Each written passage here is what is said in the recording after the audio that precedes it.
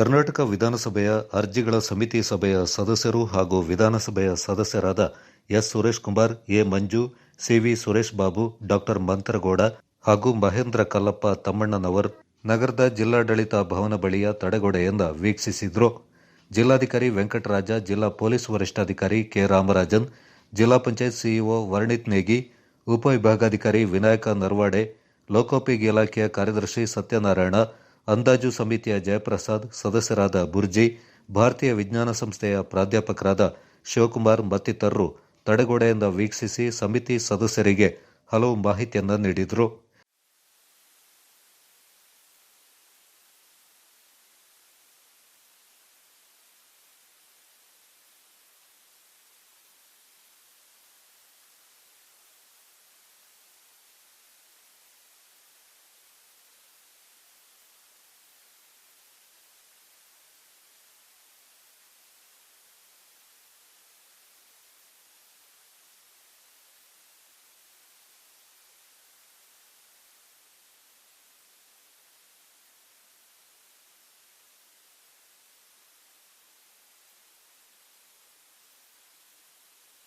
ಈಗ ನಮ್ಮ ಕನ್ಸರ್ನ್ ಇಷ್ಟೇ ಏನು ಅಂತಂದರೆ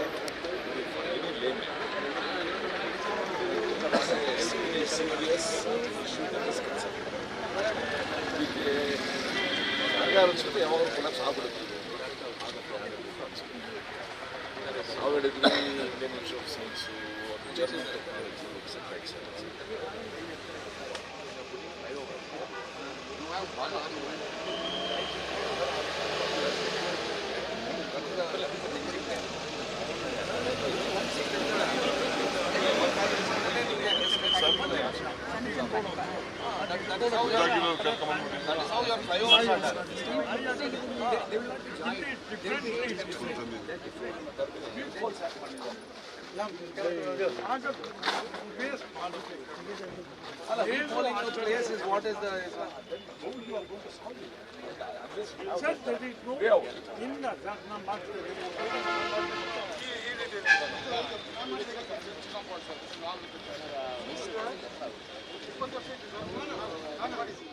ಬಳಿಕ ನಗರದ ಜಿಲ್ಲಾಧಿಕಾರಿ ಅವರ ಕಚೇರಿ ಸಭಾಂಗಣದಲ್ಲಿ ಲೋಕೋಪಯೋಗಿ ಇಲಾಖೆಯ ವಿವಿಧ ಹಂತದ ಇಂಜಿನಿಯರ್ಗಳು, ಭಾರತೀಯ ವಿಜ್ಞಾನ ಸಂಸ್ಥೆ ಪ್ರಾಧ್ಯಾಪಕರು ಸೇರಿದಂತೆ ವಿವಿಧ ಹಂತದ ಅಧಿಕಾರಿಗಳೊಂದಿಗೆ ಸುದೀರ್ಘವಾಗಿ ಚರ್ಚಿಸಿ ಮಾಹಿತಿಯನ್ನ ಪಡೆದುಕೊಂಡು ಹಲವು ನಿರ್ದೇಶನ ನೀಡಿದರು.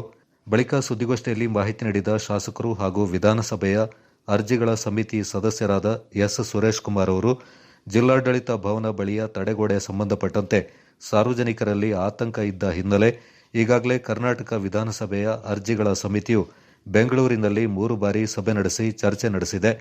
ಆ ನಿಟ್ಟಿನಲ್ಲಿ ಖುದ್ದಾಗಿ ತಡೆಗೋಡೆ ಸಂಬಂಧ ಸ್ಥಳ ಪರಿಶೀಲಿಸಲು ನಿರ್ಧರಿಸಲಾಗಿತ್ತು. ಅದರಂತೆ ಸ್ಥಳ ಪರಿಶೀಲಿಸಿ ಮಾಹಿತಿಯನ್ನ ಪಡೆಯಲಾಗಿದೆ ಎಂದರು. ಹಾಗೆಯೇ ಉನ್ನತ ಮಟ್ಟದ ಅಧಿಕಾರಿಗಳ ಸಭೆ ನಡೆಸಲಾಗಿದ್ದು, ತಡೆಗೋಡೆ ಸಂಬಂಧ ಒಟ್ಟು ಯೋಜನೆ ರೂಪುರೇಷೆ ಬಗ್ಗೆ ಮರುಪರಿಶೀಲಿಸಲು ಸಮಿತಿ ಸಭೆಯಲ್ಲಿ ತೀರ್ಮಾನಿಸಲಾಗಿದೆ ಎಂದು ಸುರೇಶ್ ಕುಮಾರ್ ಹೇಳಿದರು. ಸರ್ಕಾರದ ಯಾವುದೇ ಕಾರ್ಯದಿಂದ ಏನಾದರೂ ಕೂಡ ಅಡಚಣೆ ಆದರೆ, ತೊಂದರೆ ಆದರೆ, ಪರಿಹಾರ ಬೇಕು ಅಂತಂದರೆ ನಮ್ಮ ಅರ್ಜಿ ಸಮಿತಿಗೆ ಬರ್ಬೋದು. It is almost A mini assembly. ಇದರಲ್ಲಿ ಅಧಿಕಾರಿಗಳ ಜೊತೆ ನೇರವಾಗಿ ಚರ್ಚೆ ಮಾಡಿ ಆ ವಿಷಯದ ಬಗ್ಗೆ ಭಾಳ ಡೀಟೇಲ್ ಆಗಿ ವಿವರಗಳನ್ನ ಪಡೆದು ನಾವು ಸರ್ಕಾರಕ್ಕೆ ರೆಕಮೆಂಡೇಶನ್ ಕೊಡ್ತೀವಿ, ಶಿಫಾರಸನ್ನು ಮಾಡ್ತೀವಿ ನಾವು.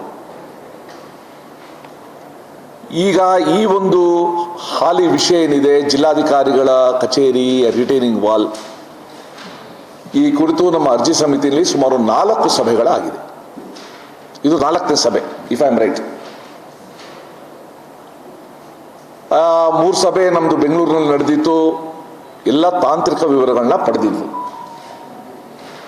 ಸಮಿತಿಗೆ ಅನ್ನಿಸ್ತು ನಾವೊಂದ್ಸಲ ಸ್ಥಳನ ಭೇಟಿ ಮಾಡೋದು ಒಳ್ಳೆಯದು. Seeing is believing ultimately. So ಆ ದೃಷ್ಟಿಯಿಂದ ಈಗಾಗಲೇ ಒಂದು 15 ದಿವಸದ ಹಿಂದೆನೇ ನಾವು ಬರಬೇಕಾಗಿತ್ತು. ಇವತ್ತು ಬಂದು ಇಡೀ ಸಮಿತಿ ಇದನ್ನು ವೀಕ್ಷಣೆ ಮಾಡಿದ್ದೀವಿ. ನಾವು ಮಾಡಿದ್ಮೇಲೆ ಈ ಸಭೆಯಲ್ಲಿ ಇಂಡಿಯನ್ ಇನ್ಸ್ಟಿಟ್ಯೂಟ್ ಆಫ್ ಸೈನ್ಸಿಂದ ಒಬ್ರು ಯಾರು ಅಡ್ವೈಸರ್ ಬಂದಿದ್ದಾರೆ ಅವರು, ಮತ್ತು ನಮ್ಮ ಟೆಕ್ನಿಕಲ್ ಅಡ್ವೈಸರಿ ಕಮಿಟಿಯ ಚೇರ್ಮನ್ನು, ಮತ್ತು PWD ಸೆಕ್ರೆಟರಿ, ಮತ್ತು ಇತರ ಅಧಿಕಾರಿಗಳ ಜೊತೆನೂ ಕೂಡ ಭಾಳ ದೀರ್ಘವಾಗಿ ಚರ್ಚೆ ನಾವು ಮಾಡಿದ್ದೀವಿ. ಒಂದು ನಮ್ಮ ಸಮಿತಿದು ಮೊಮ್ಮತದ ಅಭಿಪ್ರಾಯ ಅಂತಂದರೆ ಈ ವಿಚಾರದಲ್ಲಿ ಸಾರ್ವಜನಿಕರಲ್ಲಿ ಆತಂಕ ಮೂಡಿದೆ. ಅದನ್ನು ನಾವು ಪರ್ಸೆಪ್ಷನ್ ಅಂತಂತಂದ್ರೆ ಅವ್ರಿಗೆ ಅನಿಸಿರೋದಿರಲಿ. ಸೊ ನಮ್ಮದು ಬಹಳ ಮುಖ್ಯ ಉದ್ದೇಶ ಇರೋದು ಆ ಆತಂಕನ ದೂರ ಮಾಡಬೇಕು. ಯಾಕಂದರೆ ಸಾರ್ವಜನಿಕರ ಹಿತ ರಕ್ಷಣೆನೇ ನಮಗೆ ಬಹಳ ಮುಖ್ಯ ಆಗಬೇಕು. ಈ ದೃಷ್ಟಿಯಿಂದ ತುಂಬ ಚರ್ಚೆ ಆದಮೇಲೆ ಸಮಿತಿ ಅಧಿಕಾರಿಗಳಿಗೆ ಒಂದಷ್ಟು 3 ಸೂಚನೆ ಕೊಟ್ಟಿದೆ. ಮಡಿಕೇರಿ ವಿಧಾನಸಭಾ ಕ್ಷೇತ್ರದ ಶಾಸಕರು ಹಾಗೂ ಸಮಿತಿ ಸದಸ್ಯರಾದ ಡಾಕ್ಟರ್ ಮಂತರಗೌಡ ಮಾತನಾಡಿ, ಜಿಲ್ಲಾಡಳಿತ ಭವನ ಬಳಿಯ ತಡೆಗೋಡೆ ಸಂಬಂಧಪಟ್ಟಂತೆ ಹಲವು ಬಾರಿ ಸರ್ಕಾರದ ಗಮನ ಸೆಳೆಯಲಾಗಿತ್ತು. ಆ ನಿಟ್ಟಿನಲ್ಲಿ ವಿಧಾನಸಭೆಯ ಅರ್ಜಿ ಸಮಿತಿ ಸದಸ್ಯರು ಖುದ್ದಾಗಿ ಭೇಟಿ ನೀಡಿ ಪರಿಶೀಲಿಸಿದ್ದು, ಸಮಿತಿ ನಿರ್ಣಯಗಳು ಹಾಗೂ ತಾಂತ್ರಿಕ ತಜ್ಞರು ನೀಡುವ ವರದಿಯಂತೆ ಮುಂದಿನ ಕ್ರಮ ಕೈಗೊಳ್ಳಲಿದ್ದಾರೆಂದರು. ಮುಂದಿನ ಮಳೆಗಾಲದಲ್ಲಿ ಸಾರ್ವಜನಿಕರಿಗೆ ಯಾವುದೇ ರೀತಿಯ ತೊಂದರೆ ಆಗದಂತೆ ಗಮನ ಹರಿಸಲಾಗುತ್ತೆ. ತಡೆಗೋಡೆ ಸಂಬಂಧ ಸರ್ಕಾರದ ಗಮನ ಸೆಳೆದು ಶೀಘ್ರ ಪೂರ್ಣಗೊಳಿಸಲಾಗುತ್ತೆ ಅಂತ ಡಾಕ್ಟರ್ ಮಂತರಗೌಡ ಹೇಳಿದರು.